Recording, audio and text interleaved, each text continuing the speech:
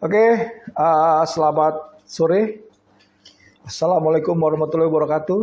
Kita akan berjumpa lagi untuk kedua kali siaran percobaan mini seri podcast.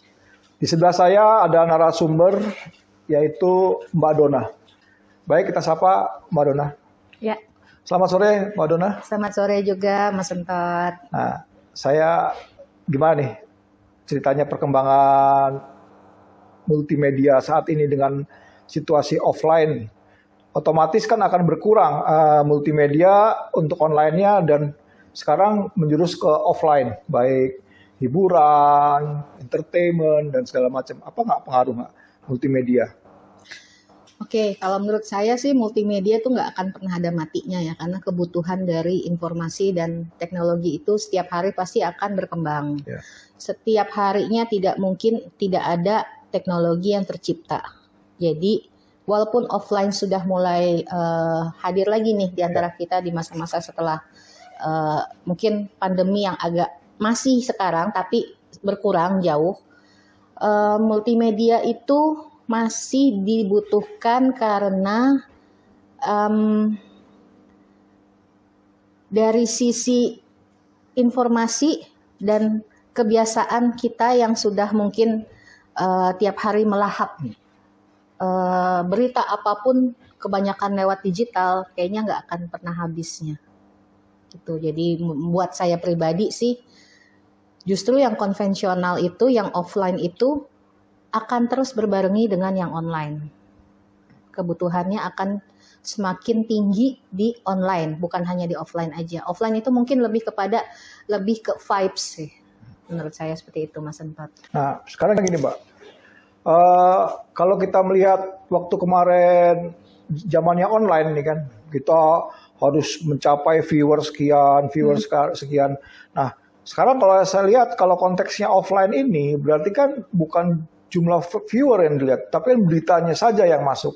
Kenyataannya offline juga sekarang gila-gilaan ya kalau kita lihat penonton segala macam. Nah, apakah kita masih perlu vieweran di dunia multimedia nih, medsos? Pastinya masih perlu banget, karena gini, ketika offline itu kan pasti terbatas dong lingkupannya, hanya di satu tempat yang belum tentu semua orang bisa ada di tempat itu.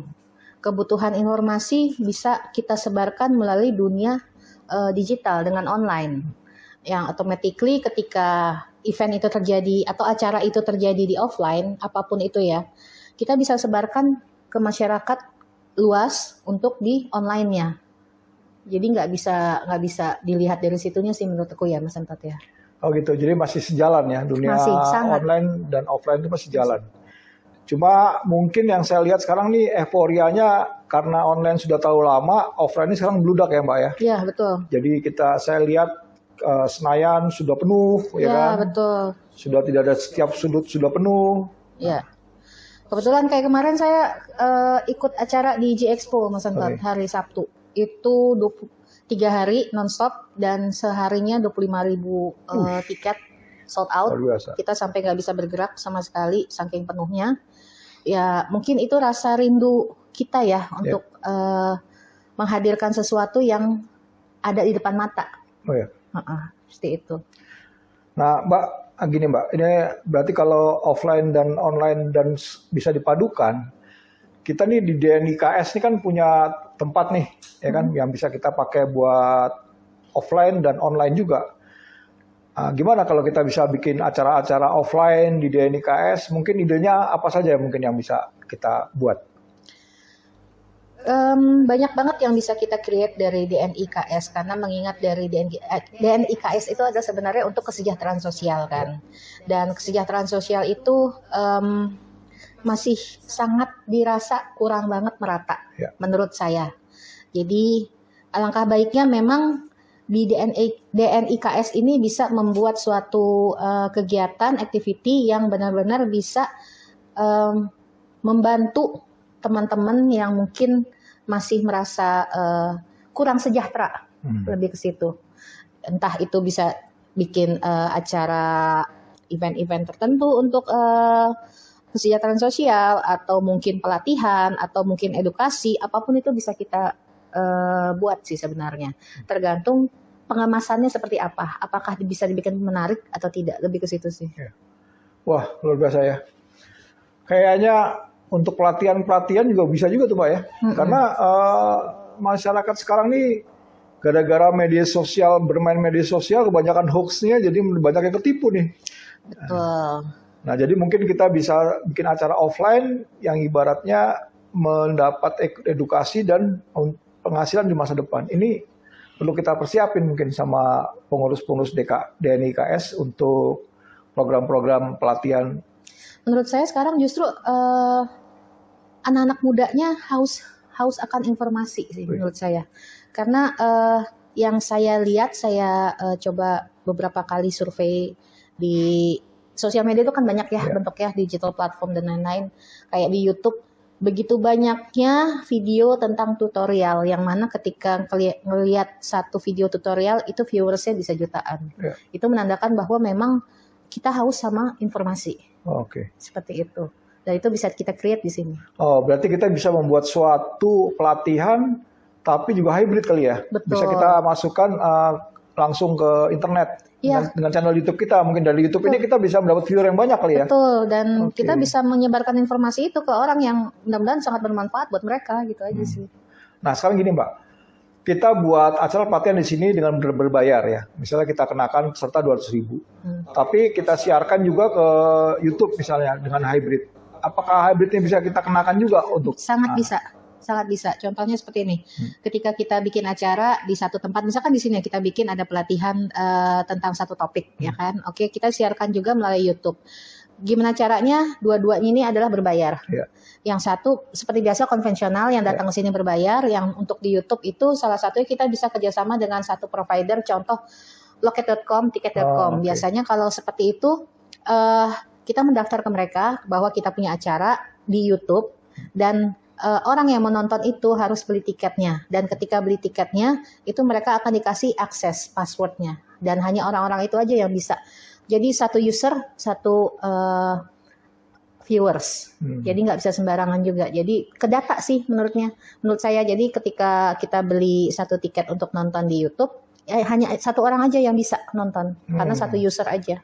Oh, berdasarkan handphone ya? Ya, tidak bisa banyak device. Mau handphone, mau laptop, yang penting hanya satu device, satu user. Itu bisa. Wah, keren. Kalau gitu kita bisa bikin acara banyak-banyak dengan hybrid ya, Mbak ya? Ya. Wah, menarik sekali nih. Satu hal lagi, Mbak. Ini sekarang kan ada beberapa generasi ya, generasi Z, generasi baby boomers, generasi milenial. Nah, apakah untuk media sosial ini berbeda atau mereka punya media sosial beda-beda? Maksudnya gini, misalnya kalau generasi Z Instagram, ya kan? Kalau misalnya milenial mungkin lain. Ya apa seperti ini? Trennya masih apa seperti itu? Gimana? Trennya masih sih kayak misalkan milenial masih Facebook, masih sangat Facebook banget. Itu baby boomers kali? Enggak, kalau baby boomers itu yang terakhir ya. Baby boomers saya. Oh iya. Enggak, Friendster berarti. Itu udah nggak ada. Nah, di zaman saya juga masih Facebook banget gitu. Jadi Instagram di Z ya kan. Terus yang terbaru tuh apa sih namanya? Emang ada terbaru? Setelah Z nggak ada ya, hanya Z. Ya kan ada platform yang ada TikTok, ada snack video segala macam. Cuma memang tergantung dari kita pemilihannya sih. Ketika kita membuka satu aplikasi yang biasa kita buka, mungkin yang joget-joget akan itu terus yang akan kebuka. Tergantung dari individunya, ketika dia mau mencari informasi mungkin tautannya itu loh yang akan keluar. Misalkan saya biasa ngelihat TikTok misalkan. Yang saya cari adalah tutorial-tutorial. Otomatis itu nanti yang keluar akan tutorial semua, bukan yang joget-joget. Seperti itu. Nah, sekarang gini.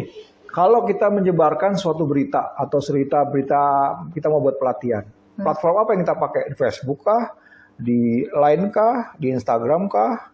Di Twitter kah? Apa yang efektif tuh, Mbak? Apapun bisa, sangat bisa, tergantung dari target market kita mau kemana. Kalau memang mau Instagram, sudah jelas mungkin semua orang memakai Instagram. Dan treatmentnya akan berbeda pasti. Kalau treatment Instagram mungkin lebih kepada visualisasi di situ. Lebih maksudnya ada gambar, ada video segala macam. Tapi kalau misalkan untuk treatment orang-orang yang suka main Twitter, mereka lebih suka istilahnya kayak ngebacot Ya. gitu. Jadi pakai thread sampai berpuluh-puluh, mungkin sampai ratusan. Ya mungkin yang lagi tren sekarang, kemarin sempat yang beberapa minggu tentang Bjorka segala macam, itu lebih ke Twitter. Seperti Ya, itu. jadi kadang-kadang jadi satu media sosial bisa kita inilah ya, bisa kita create ya yang mana Ya, yang tergantung target market target kita, market ya, market. topiknya apa, dan cara penyampaiannya akan pasti berbeda-beda semua. Nah, biasanya kalau yang berbayar gitu targetnya mana sih, Mbak? Menengah ke bawah, ke dewasa, remaja atau Yang berbayar. berbayar? Kalau yang berbayar sebenarnya lebih ke usia produktif. Yang mana usia produktif itu walaupun mereka juga anak sekolah, kalau memang merasa ini dibutuhkan untuk membayar, mereka akan nabung untuk mencoba untuk membayar itu.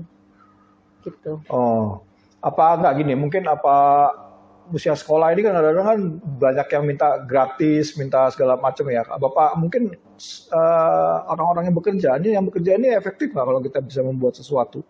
Karena jadwal mereka kan padat untuk.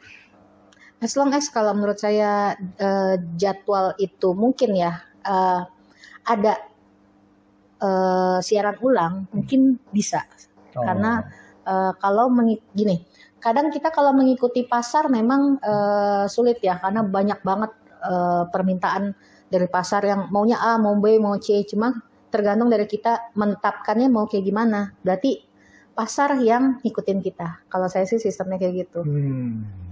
Yang penting topiknya Menarik juga apa namanya menguntungkan ya bagi pesertanya ya. Betul, ada manfaatnya lah ketika menonton itu. Ini luar biasa sekali, Mang. Sekarang cepat sekali ya, Mbak. Sekarang cepat sekali karena kemarin kita masih online, sekarang kita bicara offline. Nah, ini jadi mungkin event organizer juga harus benar-benar ekstra keras ya. Jadi yang tadinya beronline sekarang harus offline lagi. Nah, sekarang dunia sponsor gimana nih, Mbak? Nih untuk offline ini kan COVID yang parah kemarin ya kan, tiba-tiba sekarang ada offline, sponsor gimana nih, Pak? Kuenya sponsor gimana nih, Mbak? Oke. Kalau ngelihat 2 tahun awal 2000 ya kita pandemi ya, COVID itu sampai 2022, memang banyak perusahaan yang meng-cut budget promosinya, ya kan, karena memang semuanya tahulah seluruh dunia kesulitan. Tapi kalau ngelihat dari sekarang yang saya perhatiin begitu banyaknya event, dan ketika saya sendiri juga datang ke event itu, ke acara-acara itu sponsor nggak ada matinya sih. Apapun di situ, entah itu consumer goods atau retail atau apapun bisa ikutan menjadi sponsor. Yang penting mereka sekarang lagi menggiatkan bagaimana caranya brand mereka mulai dikenal lagi setelah 2 tahun vakum. Oh, luar biasa. Oh, berarti kuenya masih besar ya? Masih sangat besar. Peluangnya masih besar. Masih. Oke, Mbak Dona, mungkin cukup sekian hari ini kita berdialog. Mungkin nanti waktu kita sambung lagi. Terima kasih atas kedatangannya. Sama-sama. Sebelumnya saya mau lurusin, saya bukan Dona Harun, tapi saya Dona Amnesia. Oh iya, baik, Dona Amnesia. Memang kadang-kadang suka amnesia. Baik, terima kasih para pemirsa sekalian, kerabat DNIKS. Terima kasih sekali lagi. Saya ucapkan wassalamualaikum warahmatullahi wabarakatuh. Waalaikumsalam.